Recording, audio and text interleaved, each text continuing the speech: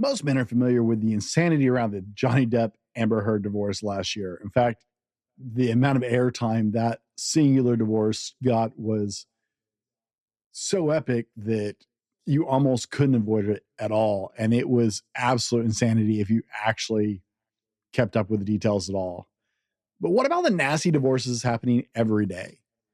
We all know men, or you may be a man who's been impacted by, maybe it was a fairly polite divorce, or maybe it was a really nasty divorce. But men who are truly wanting to be great dads are often met with unfair biases in the American court system daily. There are so many men out there who desperately just want to be a good dad, and the court system is keeping them away from their kids, whether it's a good divorce, I don't know if there is a good divorce, a nasty divorce, or an amicable divorce. And dads are being pulled away from their kids. So how do you dad after a particularly nasty divorce? Because I know some of you out there are asking that very question. Well, today we're diving into the impact of faith for one father and how it gives him hope, even though his kids have been turned against him, even though he thought he was trying to do the right things, and the lessons that he's learned along the way.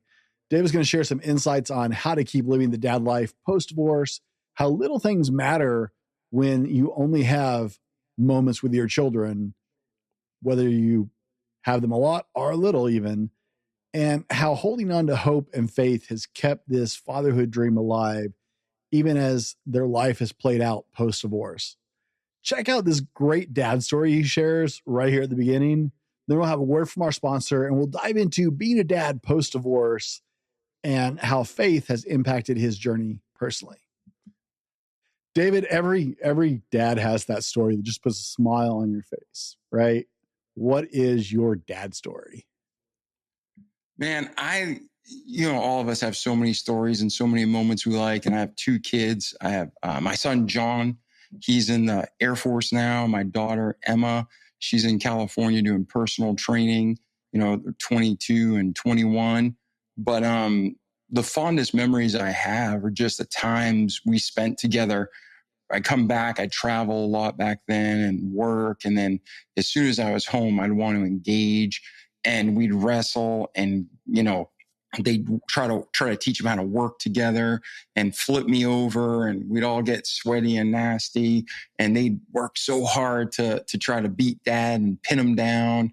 And then they didn't realize the skills they were learning, right? The strength they were developing. And then after that, we just cuddle and watch a movie. And those are just my favorite times when they were growing up. Absolutely. There's nothing like trying to beat dad. It's funny because people think that daughters don't do that. I got two. No. I'm constantly wrestling with them or boxing with them. So yeah, there's just those times are so awesome. It's the best moments when you come in, your kids are just like, oh, and jump on you and trying to beat up. We're going to get you down. Yeah. Yeah, I think it was 2018. So my kids, they're teenagers and we were at the beach one weekend. And as teenagers, they're trying to take me down. They've never been able to take me down in the water. And so at that point, I was working out. I was 200 pounds with 10% body fat, doing jujitsu, going against guys way bigger than me, 6'6", 300 pounds, holding my own.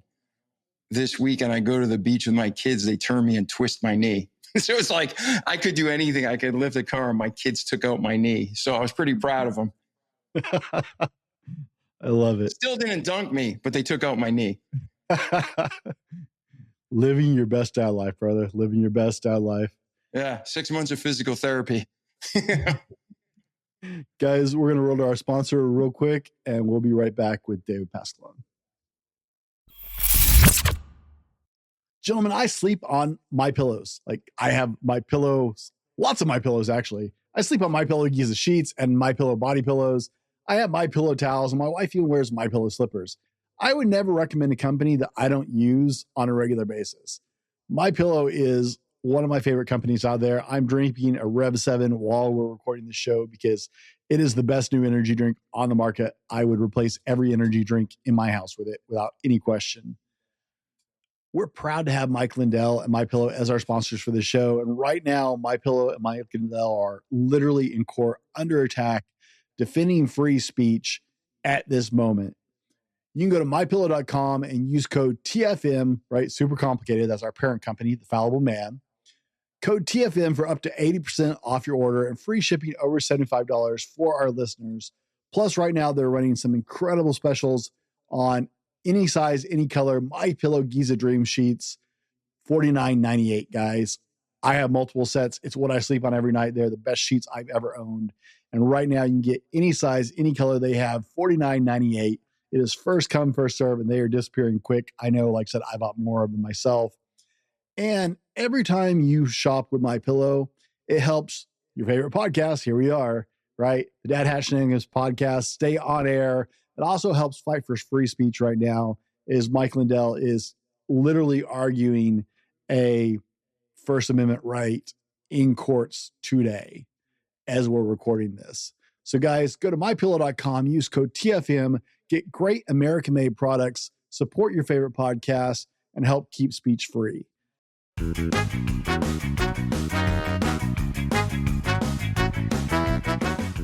Welcome to the Dad Hat Shenanigans podcast, the unfiltered truth of being a dad. Real dads, real stories, unfiltered, candid conversations on fatherhood. I'm your host, Brent Dallin, and today my guest is entrepreneur, podcaster, and coach, David Pasqualone. David, welcome to the Dad Hat Shenanigans podcast. Oh, it's great to be here, Brent, and to all your audience. Thanks for having me. I especially love to have conversations. David is a personal friend and colleague, and I love being able to be on with guys I really, really deeply know, because to me, that just makes conversations so much more fun. So I'm super excited to have this conversation today. Now, you said you had 2 kids, right? It's just the 2?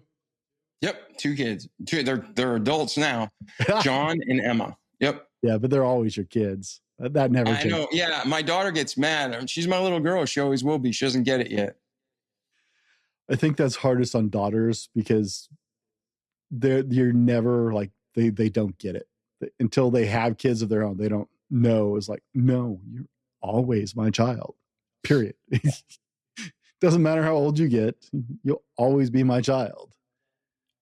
Exactly. And with sons and daughters, you love them both and you love them equally, but it's different. So once they have their own kids, they'll figure it out. Now, David, I don't do major introductions. So for the dads listening, let's get to know you a little bit. Just tell us who David Pasqualone is and what you're about. And let's get to know you a little. Man, I'm just a man. I trusted Christ as my savior when I was 15, changed my whole life. And even though I've had all sorts of crazy ups and downs physically, financially, personally, God's always been with me. So even when it seemed dark and alone in the world, God's with me, and that brings joy and happiness. Professionally, I am a marketing and sales consultant. So everything from, we'll look at our clients, what's their goal?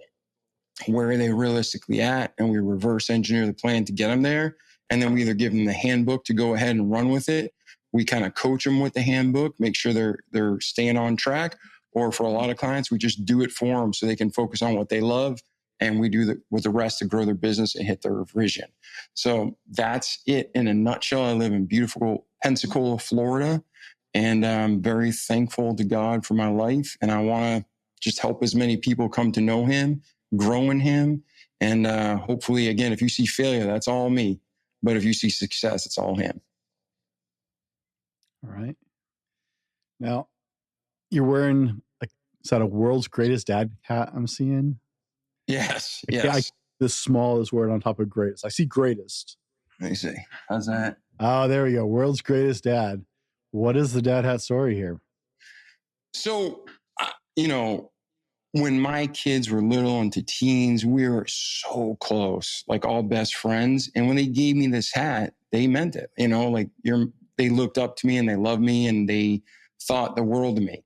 So this hat's as special to me because, you don't want to take for granted any day. But sadly, in my story, I went through a divorce, and our relationship with the kids got broken in a lot of ways. Truth will always come out. God will use time to heal it, but our relationship hasn't been the same for years. So when I look at this hat, it reminds me of the times where it was pure and it was open and honest, and we just had a great relationship.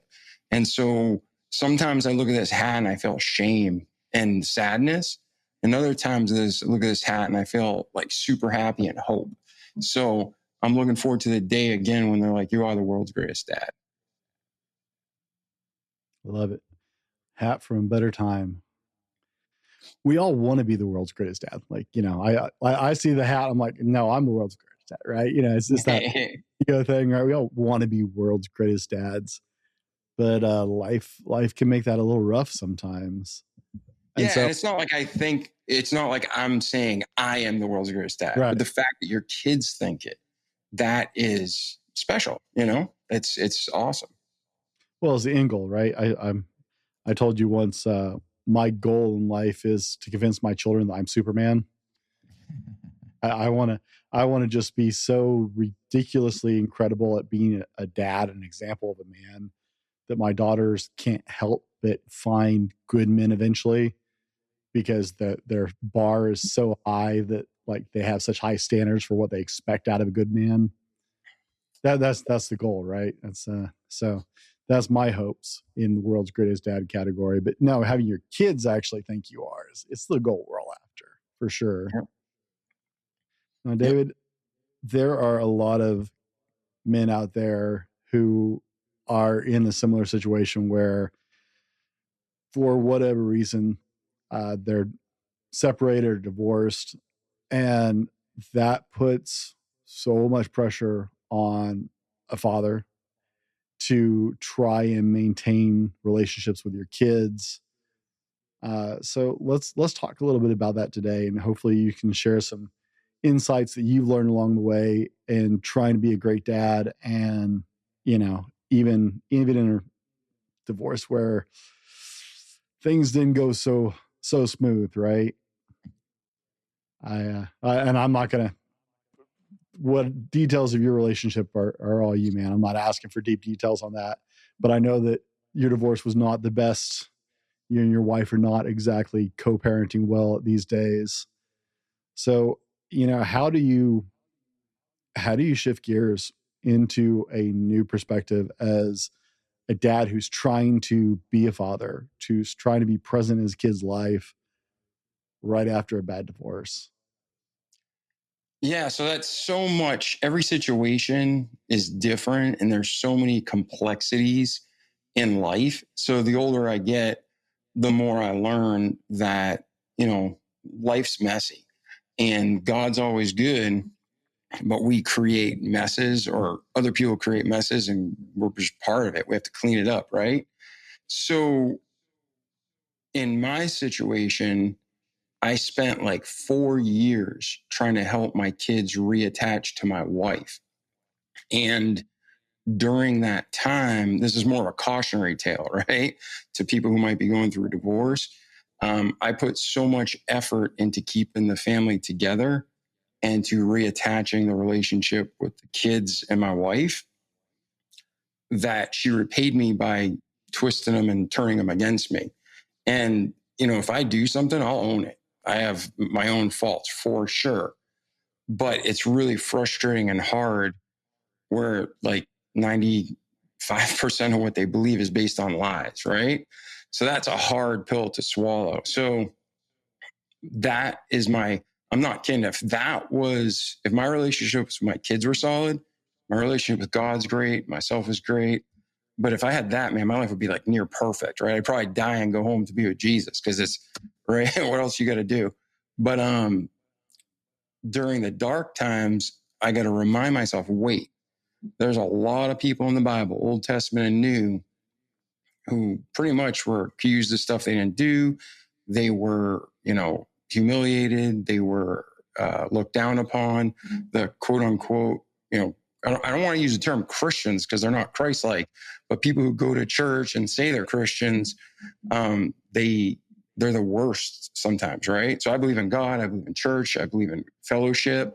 but you know what I'm talking about. The people who fill the pews and they drink $37 Starbucks coffees and go to church in yoga pants with no humility. That's the kind of people that I'm talking about. But then I remember, you know, Jesus, he did nothing wrong and he was accused of everything and betrayed. And Joseph, you know, that wasn't like a few months, that was years. And I think people say 30 something years that he was basically, you know, his brothers screwed him, his friends screwed him, people in the prison screwed him, Potiphar's wife, but he still prospered. So my sadness that I got to reframe it and be like, God's in control. God loves me. This is all going to work out. I just got to keep loving God, being the right man today. And then the rest is between them and God and time. But how do you approach connecting with your kids? Right? You said your wife has sowed some animosity and some mistrust. Yeah.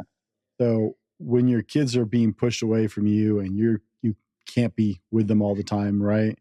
Yes. How do you go through I want to say take the licks, because I mean it's right. There's times they've pushed back because they've been kind of pushed against you. So how do you growing up as a dad, even in those moments? So that's a tough one. And I can't say for sure if I'm doing it right. I can say what I've seen progress in. So for a long time, I just took it. I didn't say anything. And then other times when they'd say something, I'd be like, wait, that's not true. And then I'd use illustrations. Like, for instance, if you went back and looked at like the counseling notes out of their mouth, I wasn't even in the room. They told the story to the counselors. Their memories now are completely different. So this was out of their mouth, documented. That was the truth. But now if you ask them about those same situations, their minds are different. And I've even had my son over here a couple months ago and he's talking about something. I'm like, that didn't happen. It's like, yes, it did. So I pull out some pictures and I show him and he's like, whoa. So I don't know how it happened specifically, but their brains were like reprogrammed in a bad way. So as a father who loves my kids, it just breaks my heart, but then I get frustrated. So I'm trying to, no, this is the truth. This is the truth. And by me saying this is the truth, obviously it's like the source of the lies was my ex-wife. So they're perceiving it the last few years where you're talking bad about mom. And it's like, no, mom's lied about me and ruined our relationship. I'm just saying these are the facts. They've perceived that for years as me talking bad about their mother. So what I learned is the more I talked, the more I buried myself. So now I just don't say anything. And if a specific instant happens where something comes up, I'm like, where do you believe that? Like, where'd that come from? And then I let them talk and kind of go through their brain to figure out the source of what they believe at this point is. And then I leave it up to them and God to say, wait, is that even truth? Or am I wrong here? So it's been very hard, very frustrating, very discouraging. But I know with my son, especially just by kind of like not bringing it up, just talking to him about the present today. And then if something happens in the now, addressing it directly and then moving forward. And then I'll like do every single thing I can not to even talk about my ex-wife or not to bring her up, because even though that's the source, it's still their mother. And like I said, I dug a hole for like 5 years by trying to defend myself. And now it's like, I just remember like, God defend me. Like there is nothing I have not said. There is nothing I haven't tried. There is nothing I can do except trust God. And that's what I'm doing now. And I know that even in this short life, I might go the rest of my life and never have that pure intimacy and closeness with my kids again. And an eternity will be great because the truth will come out and I'll be good to go. So that's how I stay encouraging. And to engage with my kids, it's just talk to them and stay in today. Don't go back to the past. And that's very difficult because somebody might have an attitude and be like, dude, what's going on? And they're thinking about the past, but they don't want to talk about it. You know what I mean? So it's very complicated. I can only imagine. That's the thing, right? I've watched other friends I know who have struggled after a divorce where things just went very sideways. And I see so often that a lot of the courts in the United States tend to side with the woman in about 70 plus 80% of the, and that's a wild number, guys. I think is more than that, but in a lot of cases I see the woman come away with custody of the children, and dads are just fighting, trying to be dad, right? Trying to, it's like, no, I'm their father. I want to be there. I want to show up. I want to be involved in their life. And there's so much pushing against them.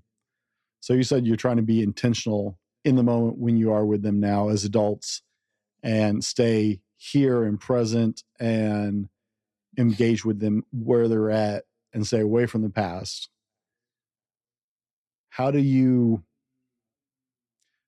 try and reassure them during the more difficult times that I'm still here, that I love you, that I still want to be your dad, that you're still the most important things to me, even when that was difficult? What are some of the things you were doing to try and reassure them and stay connected?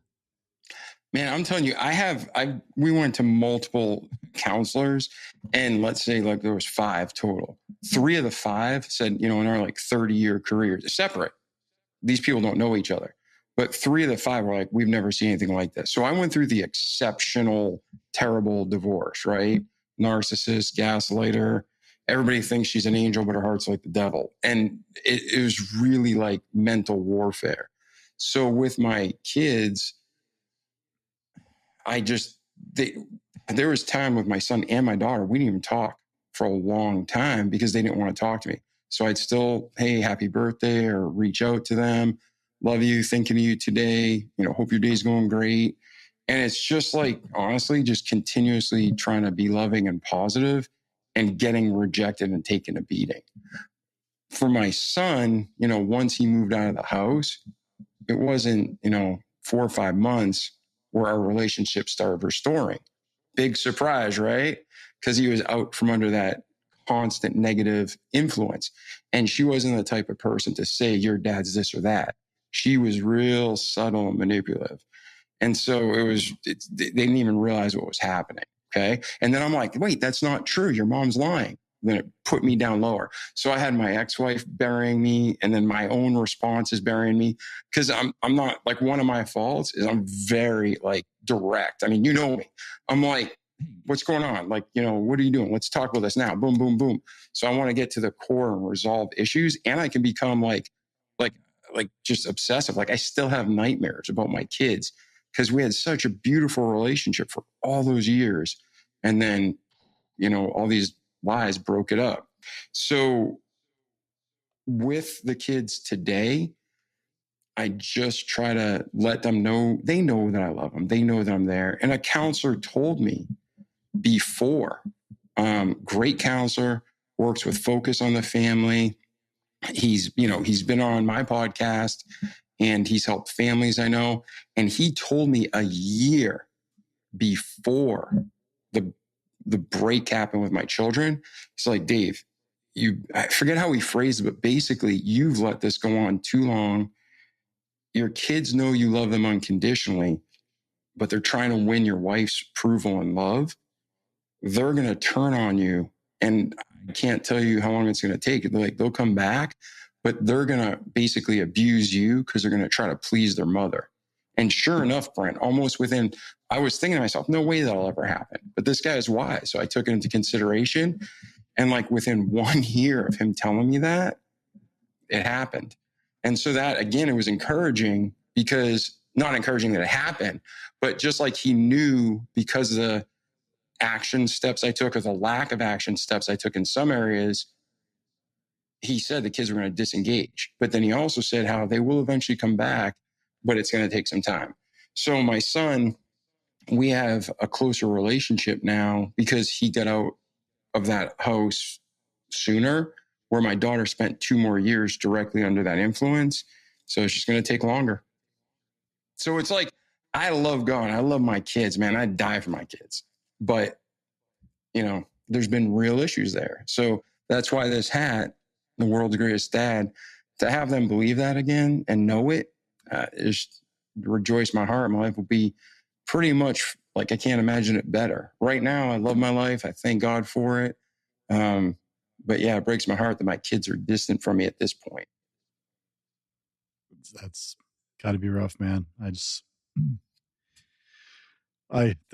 The horrors, like that's like my dad radar is just, it's like screaming at the idea of that kind of break with my kids. Yeah. So, and I've even gone as far as like, I mean it. It's like, I've told my kids on multiple occasions, I'm like, hey, why don't you write all the things down you're not sure about, or you think I'm lying about, or what I'm saying that's different than what you're perceiving. I said, I will pay, I will take a polygraph. You can pick the polygraph person. And I said, that way you at least know I'm telling the truth, or I believe I'm telling the truth. Okay. I said, and they won't do it because in their heart, they know I'm telling the truth. In their heart, they know the truth, but their minds can't accept it at this point. And again, I'm not trying to be innocent, Dave. You know me, the listeners may not. But if I screw up, I take ownership. If I was the one that like had affairs, I could see why my kids don't talk to me. But I was the one that stayed pure and fought for the marriage for 24 years. And 6 years of that was just a nightmare. So it's really hard to swallow. But again, that's when I have the wrong perspective. When I have the right perspective, I'm like, I know it's going to work out. We're going to be close again on this earth and for the rest of eternity. So let's switch gears for a minute, just to brighten the mood slightly. What is the best part? Say that question again. What is the best part about being a dad? When you're a dad, you understand more about how God loves you. So like with all this going on, with everything that's happened, with any kind of terrible behavior that, my kids may do or say, I still love them. And is once they say, Dad, I'm sorry, will you forgive me in an area, you totally forgive them and move on without question. So that's awesome because I know that's how God looks at us, and even better, even more pure, because I'm a human, I'm flawed, I'm a sinner. But with Christ, it's just completely pure. And that's awesome. And just seeing your kids grow up and seeing their development and seeing them, whether they, we're all going to learn. We're going to learn the easy way or the hard way. But seeing them learn either way and develop, they're fantastic. And I got two awesome. Johnny is amazing. Emma's amazing. They're got so much going for them. That's the other thing is I just want to see them thrive and give them everything I can, help them any way I can, because I just want to see them go as far as they can. So I love being a dad. It's just, this is a unusual situation. You bring a dad joke for us? We gotta have a dad joke of some kind. All right, a dad joke. So I am the world's worst singer, navigator, and joke teller. Those are my three like super weaknesses. I don't remember jokes. I can tell stories, but jokes, no, not so good. But this one is a dad joke that I think you guys will appreciate.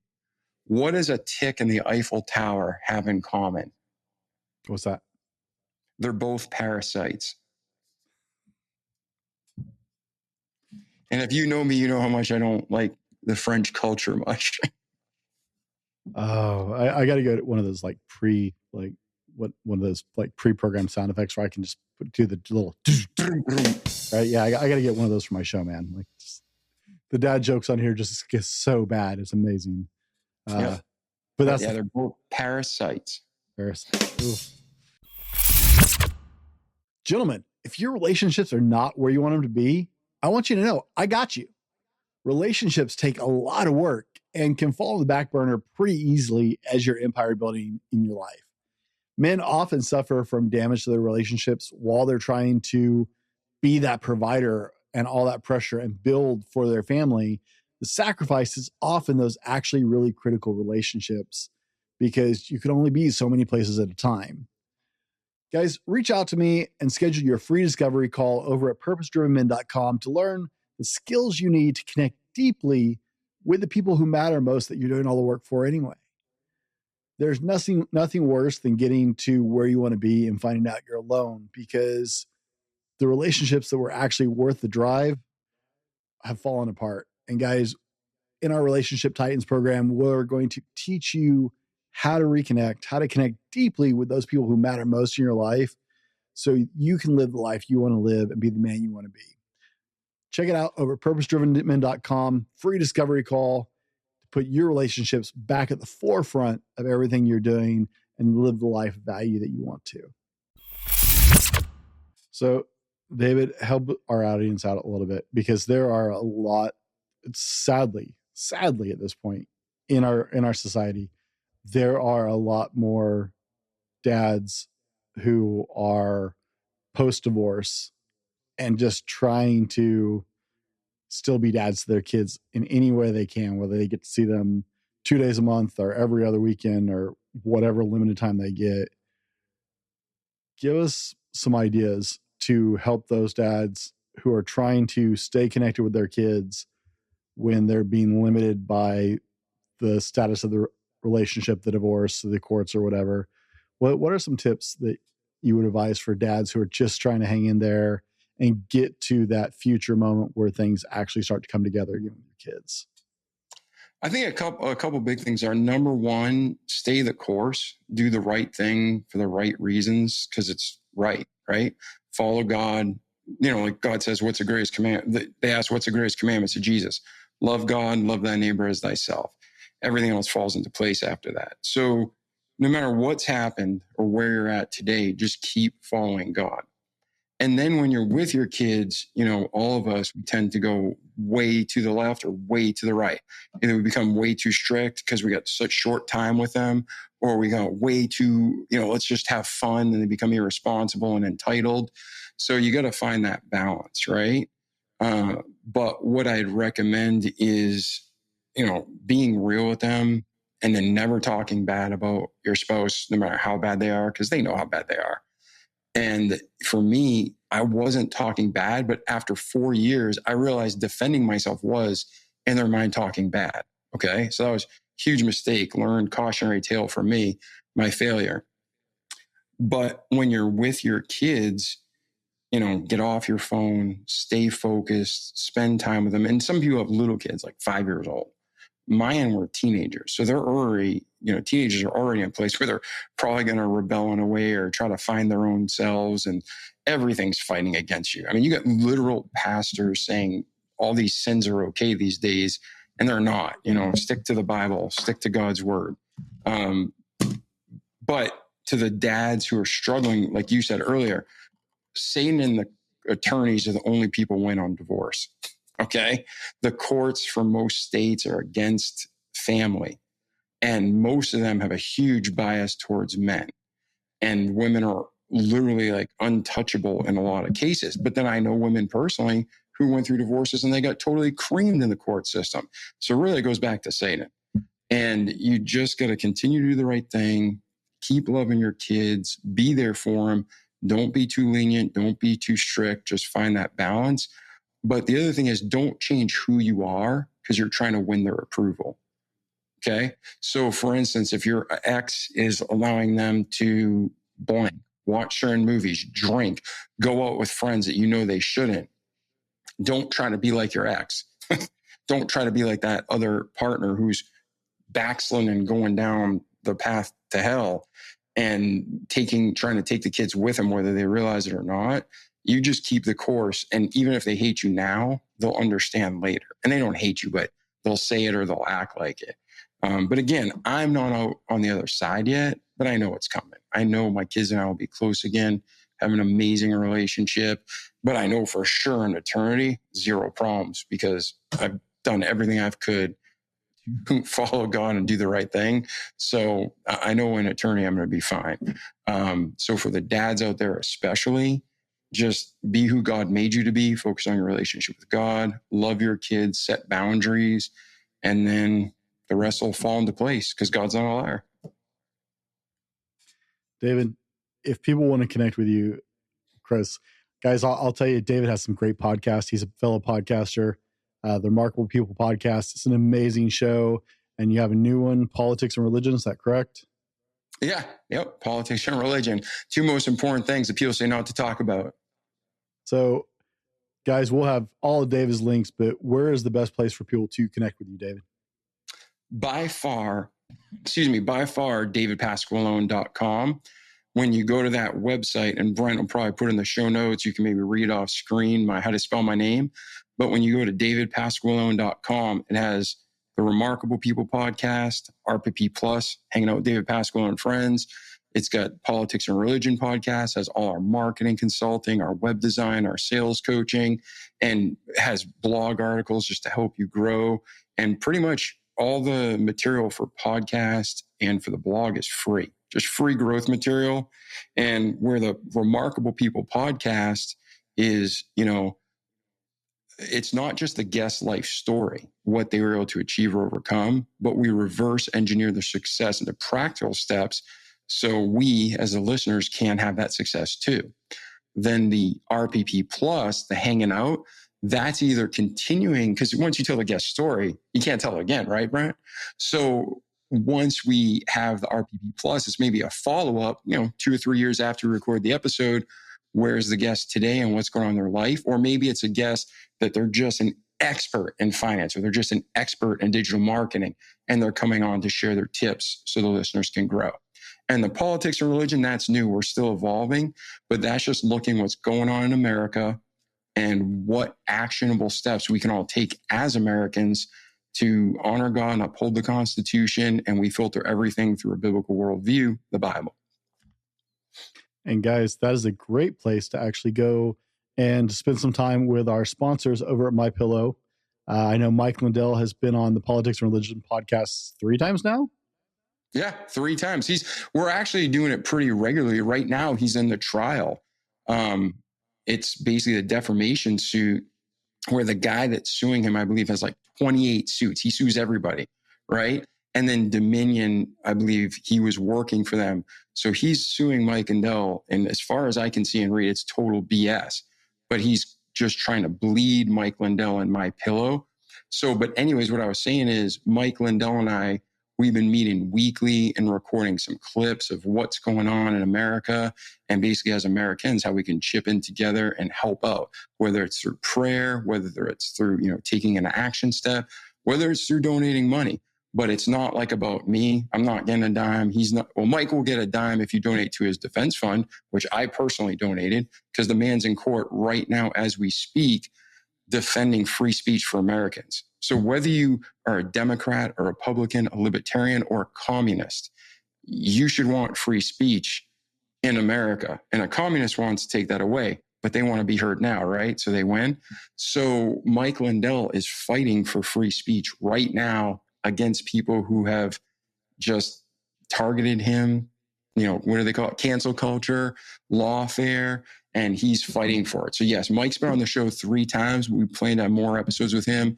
Chris Salcedo's been on the show, Gene Valentino, and we got other guests that are going to be, great fits for the show that'll hopefully encourage people, entertain people, and more than anything, inspire us to fight for America. So guys, if you want to get up close and personal with non-biased take on MyPillow, Mike Lindell, maybe you've heard the name and you're not familiar with our sponsors. I have the greatest respect for Mike Lindell and for MyPillow. I love them being connected with our show. We're proud to have Mike Lindell and MyPillow as sponsors with MyPillow. So be sure and get an unbiased look. Look at him outside of the big media and check it out over at the Politics and Religion podcast. It's a great show. I know. I saw the Chris Salcedo show out recently. It was a great episode with Chris. So be sure, and I'll have all of David's links down below where you can actually connect with that and find his show as well. David, what is the most important thing you want people to take away today from this conversation? First thing I want to say is, for my podcast, your podcast, and most podcasts, listen through the whole episode, because most podcasts get better as they go on, because you start getting comfortable with each other and getting zoned into a topic. So when you're listening to podcasts, make sure you listen to the whole thing for any show, because it usually gets better. As for the final thought, it really is all about God. So no matter what's going on in your life, no matter how it quote unquote feels, just keep doing the right things for the right reason. Love God, love others, and everything will fall into place. Never quit. David, thanks for hanging out with us today. thanks for sharing your dad stories, because of dad stories, right? I've talked to men on 4 continents now, and all men who are dads can come together over being dads. So it's just such a valuable conversation. Guys, thanks for listening and hanging out with us today on the Dad Hat Shenanigans podcast, a community of dads navigating life's challenges together. Until next time, laugh, learn, and live the dad life.